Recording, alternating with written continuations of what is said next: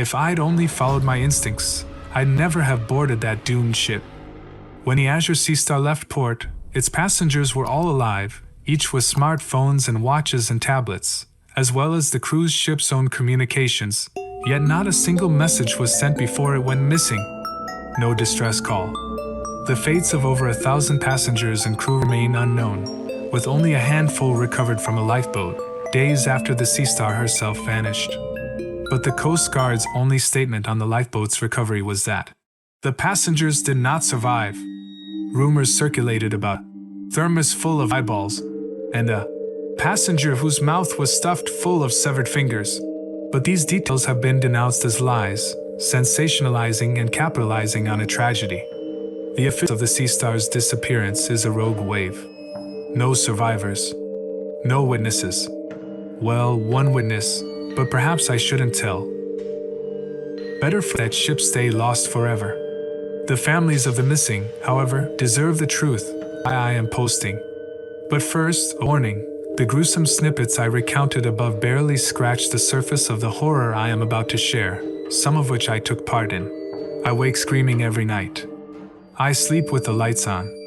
I never enter dark wells. And I do not ever shake hands. Although I've always had some quirks, the handshake one is an old habit. Most of these are fresh, a consequence of my time aboard the doomed cruise ship. I do not intend to gloss over any details, but rather to give a complete accounting, including of my own involvement, so be forewarned. And my story is one of unimaginable horror. To explain what really happened aboard the Sea Star, I need to first tell a little about myself. Sorry, I know I'm like a bit of decorative wallpaper, just sort of there. But I see things.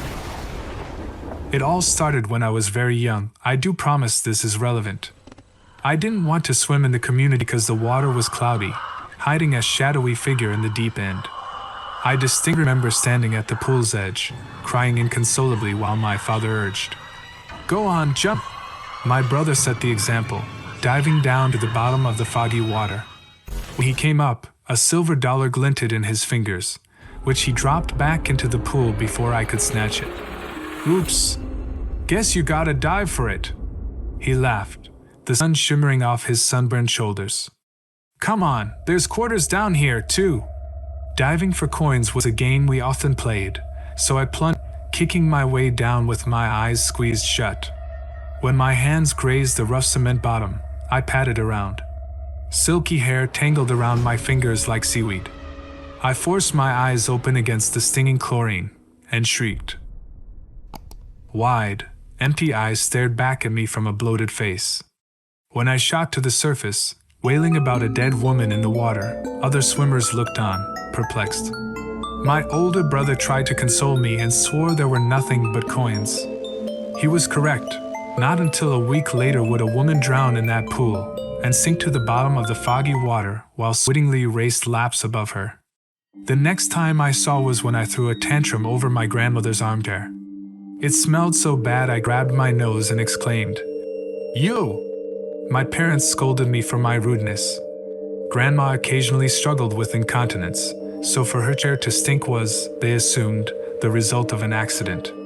They thought I was exaggerating to make fun of her, but in the sweltering summer, the smell was truly unbearable, like rotting meat and diarrhea and cheap perfume all turned together.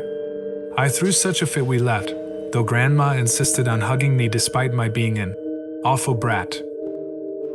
It was wrinkled, papery thin and soft as silk, but despite the uncomfortable warmth of her apartment, her embrace was ice cold. Less than a week later the call came. My grandmother had been found after a neighbor's complaint about the smell. She died in her chair. But when the seeing really clicked was in my tween years, 2 separate incidents. After a classmate of my brother's pulled up in a car reeking of burnt meat, the interior charred and black. He stepped out of the car seeming not to notice that behind him, another vision of him remained belted into the front seat, unrecognizable through the char beyond the glint of a melted into his neck. I burst into hysterical tears and screamed at my brother not to let him drive. The classmate laughed and called me a weirdo. He crashed later that week. The second incident began at a school function, where my brother chaperoned me. A man pulled up in the school drop-off zone. He was one of the more popular teachers, famous for his yearly pizza parties. In the car with him were two young kids. I can't remember their names, just that the littlest boy was giggling and clinging to a toy T-Rex when he hopped out. My brother and I were asked to help carry the party supplies and drinks from the teacher's car. But the moment I opened the passenger door to grab a box, the reek of fetid pond water made my stomach lurch. I staggered back, clapping a hand to my nose and mouth. "Hey, everything all right?" the teacher asked. My brother, no doubt remembering what happened to his classmate weeks earlier, took me aside. "See, cold," I burst to him. "D dark. The smell. Like the rot in the bottom of a lake." While I wrung my hands and sniffled, my brother watched the two young kids follow the teacher into the school.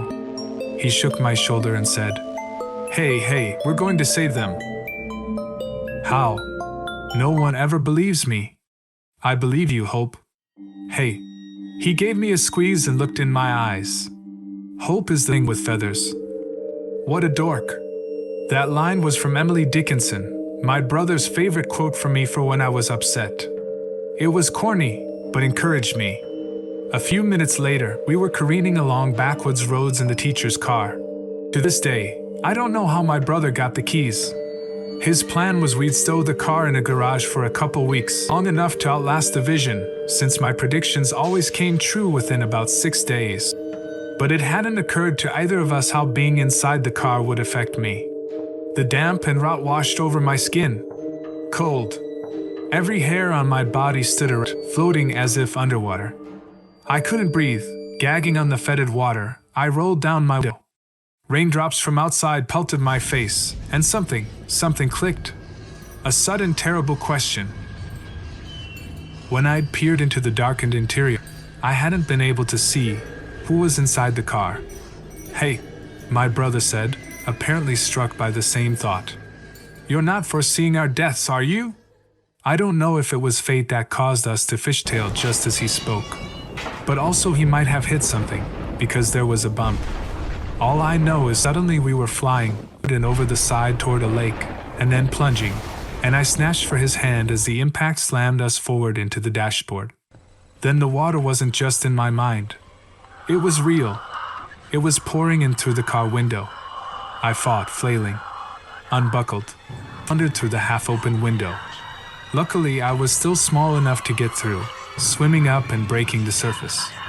"Corey!" I screamed. "Corey!" But I knew already that my brother wasn't coming up. His hand had been cold when I touched it. Naturally, his death feels like my fault. Oh, in kinder moments I remember that I was a child, and tried to forgive myself for letting him get behind that wheel. But for a time, I was driven by the fierce need to atone. I sought desperately to save even one life. Any life. I'd see a body swaying from a beam in a construction site, legs dangling from a trunk in the car on the highway ahead of me. A suitcase on sale in a luggage store, dripping blood. Every time I tried to prevent the death, only to fail or worse, cause it. Each loss drove home more deeply my shame, my failure, and I gave up. I don't try to prevent the deaths anymore. These days a whiff of that familiar sickly putrid scent, and I leave. I avoid human touch, especially handshakes. I've truly become wallpaper. Able to see. Powerless to prevent. My name, incidentally, is Cassandra. I changed it because I could no longer bear my birth name. If hope is the thing with feathers, I was an angel of death, harbinger of doom to my brother and others. So instead I call myself after the Greek priestess doomed to foresee the future but never to be believed, unable to prevent even one single tragedy. But let's get back to the cruise. The missing passengers. The eyeballs in the thermos. Oh, those grisly details. Mind you, once you know you can unknow, no matter how much you drink, or smoke, or however you drown your despair. Speaking of drowning, a month ago today, I hit the big 4-0. I celebrated my 4 decades of life by doing the one thing I've done consistently since I was old enough, drinking away my failures. Every icy grip. Every unheeded warning. And especially the times I've well and truly fucked up. Oh yes. Those are the ones that call for some hard forgetting. I was on my second or seventh drink at my favorite bar when a voice exclaimed, "Evening, friend." A woman with shimmering purple eyeliner and matching purple hair approached. It was the musician who often played there, Lily Suki. To be honest, she was the primary reason I frequented that bar, though we'd hardly spoken beyond my occasional compliments about her playing. She slid into the seat next to mine and clinked my glass. "Roy at the bar told me it's your 40th. I see you in here once a week, always tipping well and drinking like you're trying to drown yourself. Someone did something kind for me recently, so I'm trying to pass it on." She fished a hand into her pocket, and to my subs a gift card for a cruise. I didn't catch all of her story in the noisy bar, but apparently, one of her admirers was very rich, always offering her gifts verging on inappropriate. After finding out she'd be playing on the Azure Sea Star, said admire card so she could spoil herself on the cruise. She didn't feel comfortable accepting, so she gifted it to me. "There's enough there. Don't thank me, thank you, I needed to get rid of it. Enjoy your 40th, friend." As she handed me the card, her fingers brushed mine. Warm. Alive. I mumbled my thanks, cheeks warm. Why? Because she chose me? Blushes. I'm an idiot. Still, I was glowing, and not just because I was tipsy. Why not? I thought. Why not treat me this once? The Azure Sea Star. It sounded like a dream. I'd go see Suki play at the piano bar against the backdrop of a glimmering ocean. I'd drink under the stars. Get a tan. Get my sea legs. And every hand would be warm and every breath would taste of the summer breeze. 9 decks, 11 including the crew-only levels. Over 1,000 people. Pool, bars, restaurants, lounges, cafes, spa, cabaret. The Sea Star truly was the Ritz-Carlton on the water. I was absolutely giddy. Of course, before the luxury came the wait, just like the airport, parking, luggage, ticketing, security. It was as I neared the end ticketing, enjoying the summer breeze, that I caught traces of a sour odor, a whiff of decay, so faint beneath the car exhaust and the smell of the salt water that I might have missed it, were so attuned to death. At port, it was like an unfortunate animal packed into a shipping crate and decomposing. I'd even read horror stories of people trafficked in sealed shipping containers and asphyxiating. That faint whiff made my insides curdle. Then I was inside the air-conditioned terminal, packed with passengers, and inhaling nothing but the bloody. The check-in was surprisingly quick. I followed the embarkation signs up the escalator to the terminal's upper level, through the double glass doors, greeted on my right by printed images of pool decks and steaks and wine glasses. On my left, through the enormous paned wall of glass, the Sea Star herself loomed. My God, she was enormous. So many decks. So many balconies. Then I squinted a little closer. What was that speck? A tiny figure, draped on a railing? My heart dropped to my toes. Something was horribly wrong. The figure, small against the massive width of the ship, had no face. Only a torso and most of its arms. It had been decapitated, and dried blood spattered the rail. My footsteps slowed. I pressed against glass, eyes rapidly roving the rest of the ship.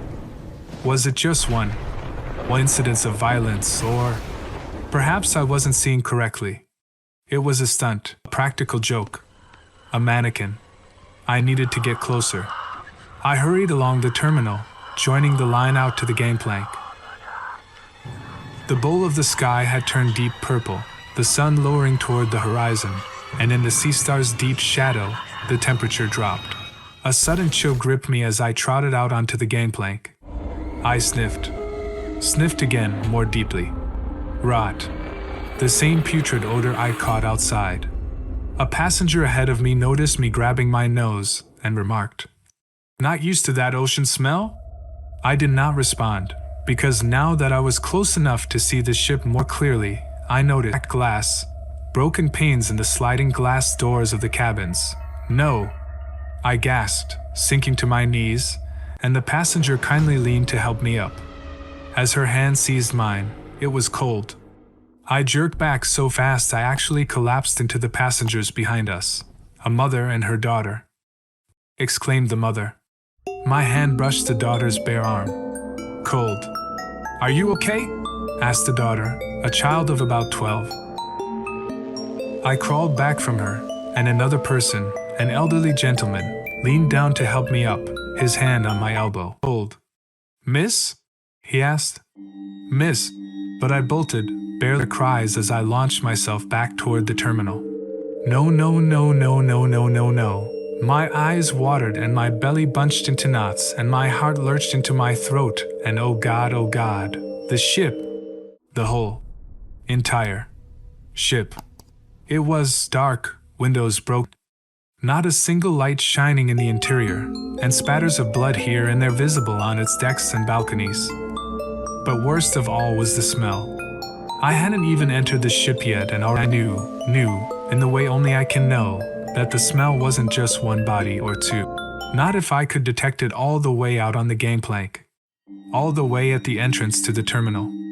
For the whiff of putrefaction to have spread so far, the source was something massive. A colossal pile of decomposing bodies like a herd of dead elephants. That ship, no one on that ship was going to make it back. As I entered the tunnel with its blessed filtered air and the windows between me and the ship, I turned and looked at the lines stretching behind me. Chatting, dressed in their finest, flirting, teasing, buzzing with excitement. Old and young couples, children. Everyone on this ship is going to die, and I'm the only one who knows. I went on a cruise and found the source of the rotting smell. Imagine walking into a burning building and everyone laughs and tells you the fire's all in your head. When no one believes you, are you going to stay to burn up with them? Every passenger in that crowd waiting to embark on the luxury cruise was already dead. They just didn't know it yet. I stared through the terminal at the magnificent sea star, at the broken glass and spatters of blood that only I could see, and then I fled, without warning a single soul. What would have been the point? My name is Cassandra. I see death 6 days before it happens, and can feel it if I shake a cold hand.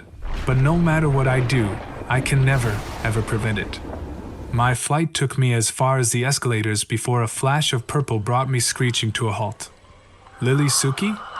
No, it wasn't the purple-haired musician who'd given me his gift card. But suddenly I remembered how I'd been looking forward to hearing her performance aboard this very vessel. Oh God. It was one thing to turn my back on doomed strangers. Terrible as it sounds, it's a bit like reading about a catastrophe in the news. Quite another thing to abandon somebody I knew. Could I really leave her to become one of the bodies putrefying in the belly of the sea star? Every time I ordered a drink at my favorite bar, I'd remember I hadn't even tried to save her. Fuck! I cried, fumbling for my phone. Oh, fuck me sideways. How much time? 90 minutes. 90 minutes to get on board, find a musician, and what? Convince her to disembark? How? And yet my feet were already turning the gangplank, because as it turns out, I would rather plunge headlong into a ship rotting dead than face an empty piano bench and the guilt that no amount of alcohol would ever drown. But to have any chance at persuading Lily, I'd need to know how the passengers died. This meant that in addition to finding a purple-haired needle in a Titanic-sized haystack, a horrifying task loomed at me. I was going to have to do something I had not done in a very long time, plunge directly in vision, walk into its very maw and face whatever gruesome horrors lurked at the source of that nauseating odor. I was going to have to find the bodies, and whatever killed them. Boarding the stench was so overpowering after crossing the gangplank that I dropped to my knees and dry heaved. The flow of passengers moved around me past the concierge desk. I must have looked exceptionally sick, because a pretty girl in a suit skirt approached, asking if I needed assistance. She reached out a hand to help me up, cold. I staggered away from her and inside. Then, because I felt I might throw up, quickly found my way out to the promenade deck in the blessed breeze. Lifeboats hung overhead. Beyond the rail, the sea sparkled in the afternoon sun. Cushioned loungers lined the deck. None were in use, presumably because the pool, patio, spa, and other amenities on the upper decks had much more attractive areas for lounging. I leaned against the rail and gulped the air, listening to the waves splash against the side of the boat, noting blood spatters further down, but nothing signifying the cause of the blood. Just vague signs. After circling the entire promenade deck and spotting only the occasional bloody spatters, I gritted my teeth, pulled my shirt collar up over my nose, plunged into the nearest door. The Sea Star's interior had the atmosphere of a luxury hotel. People milled about the restaurant and shopping area, buzzing with excitement, talking about cabaret shows and fine dining, while perky crew members answered questions, all perfectly oblivious to the putrid, sweet, rotting stench. I'd most likely find Lily Suki at the piano lounge, but since I didn't yet have any plausible explanation for what had happened to the passengers, I continued wandering, entering a bustling cafe overlooking the ship's grants. Stepping over an enormous blood stain on the carpet, I passed the counter, nauseated by the fancy pastries behind their glass cases, peering among the tables and chairs, paused when I spotted an eyeball in a teacup. No trace of how it got there. No body with an empty socket. Just the eyeball, swirling in a congealed bloody jelly at the bottom of the cup. I scurried away, snatching a cloth napkin to cover my nose. The interior darkened as I ascended the central staircase. No electricity, I noted as I clutched the railing. Why would the power be cut? A storm? But storms don't scoop out eyeballs with a dessert spoon. Onto deck 6, I peered down a long, dim corridor lined with passenger cabins. Passengers coming and going, the hall was illuminated by electric lighting. But since I was seeing the ship's 6 days in the future, the narrow hallway vanished into blackness. With the cabins, and nothing much to see here or in the other dimmed halls of the passenger decks, I ascended. I reached the pool.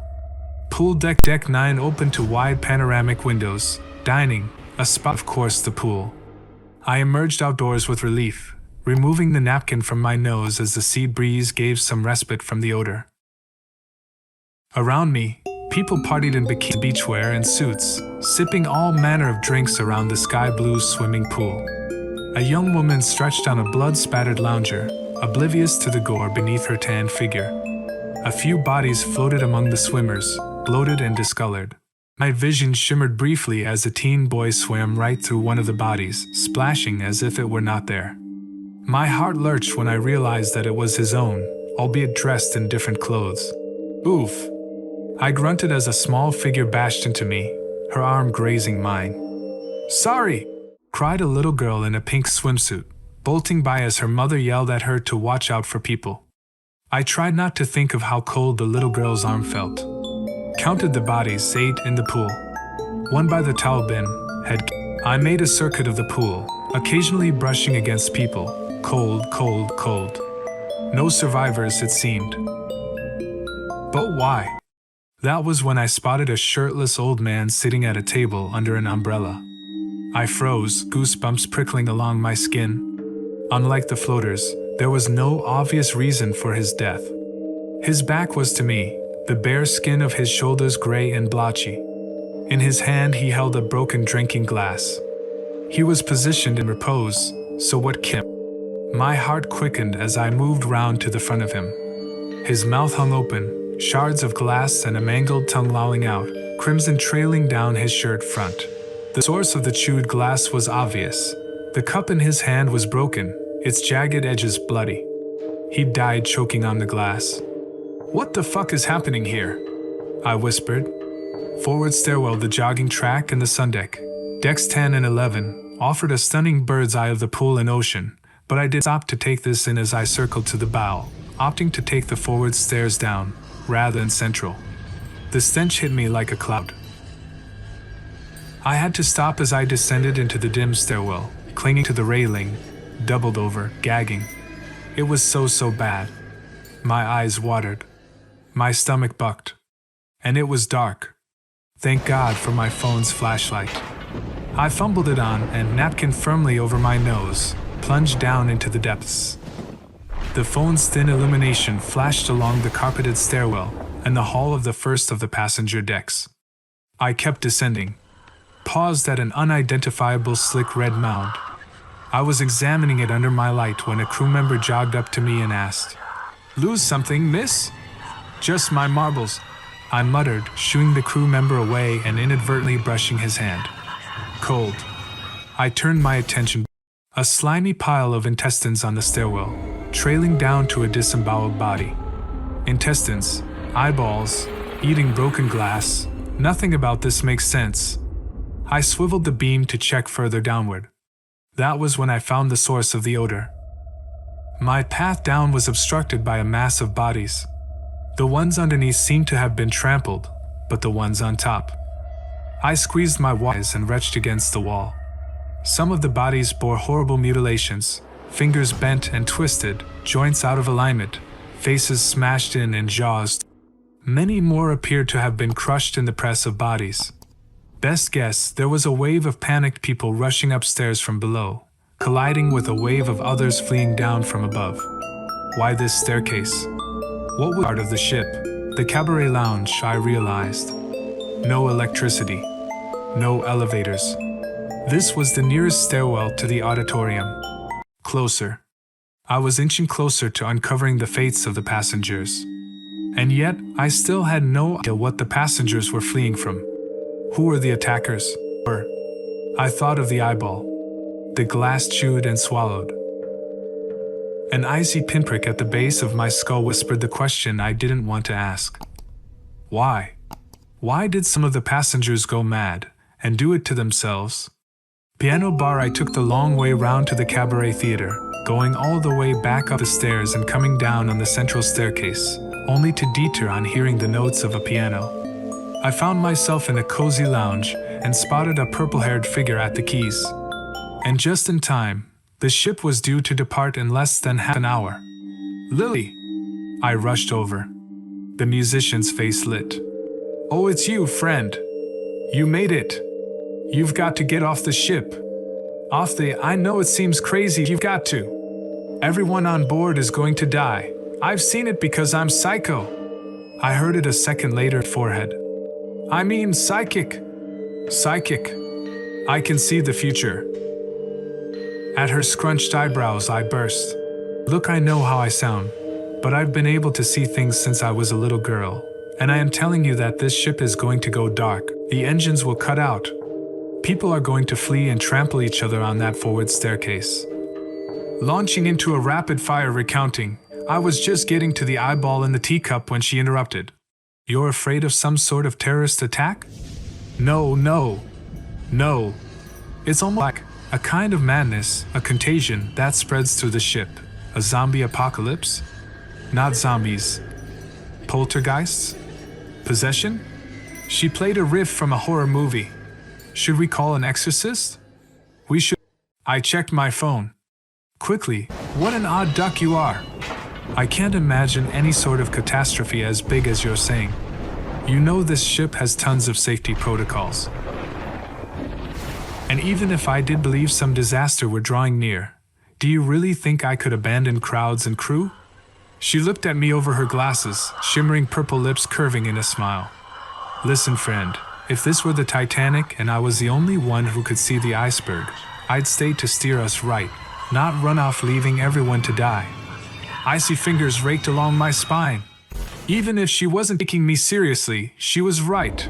I did have a moral obligation to save people. An obligation I'd been trying to fulfill ever since I was a little girl, until the attempt killed my brother, and even after, I kept trying for years and years. Until at last I realized that there is no way to change anything.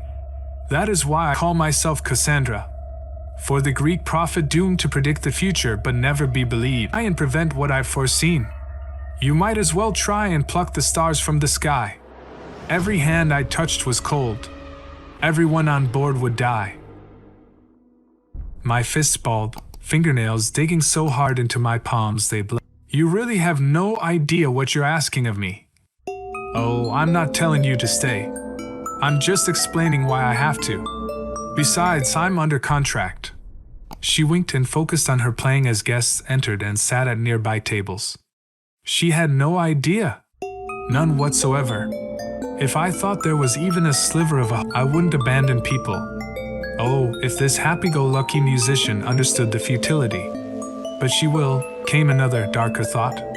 She will know the full depth of the horror coming. No, I whispered. Ha! She shouted. Wait, friend, where are you going? But I was not listening. The cabaret theater, was the answer there? The reason for the crush of bodies in the forward stairwell? I rushed past the cafe with the eyeball in the teacup, through the grand doors into the cabaret hall. But the cabaret hall was surprisingly quiet, save for a light touch of classical music. A few mingled here or there, unnoticing of the cadavers draped on chairs and tables.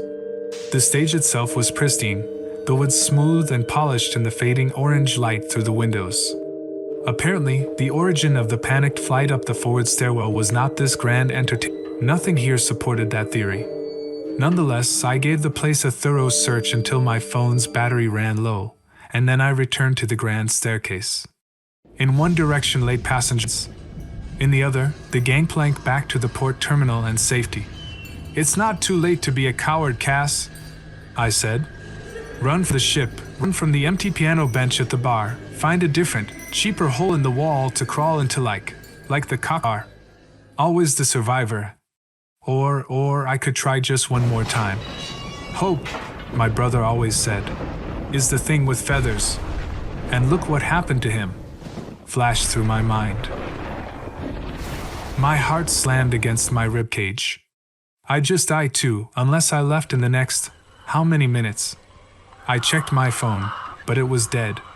Like I would be if I stayed. A horn sounded the Sea Star's departure. A distant cheer rose up from the upper decks and balconies. I felt a brief panicky impulse run back out on deck and throw myself off the ship. But in truth, my fate had already been decided before the ship's horn blew. I hadn't been paying attention earlier, but I'd been rubbing my hands, and finally realized they were cold. Probably had been since I'd boarded. I shuffled leaden feet toward the passenger cabins, guided by my phone's light to the brass number plate for 4044. My cabin, the knob, and stopped. That smell, dread squeezed my intestines like a wet rag. Smoke. Burnt meat. I wrinkled my nose and opened the door. Orange through the window, the sunset so vivid it almost gave the illusion that the room was on fire. The walls and ceiling were charred. The edges of the mattress and sheets a smoldered ruin. But the worst damage was the small sofa by the coffee table. Broken bottles scattered round. And there on the sofa, my fingers went limp on the door handle as I stared into melted sockets of a body charred beyond recognition. A dark line encircled its wrist. The blackened remnants of a charm bracelet. My bracelet. While the man on the pool deck swallowed glass, I would succumb to the insanity here, dousing myself in alcohol and flame, immolating myself.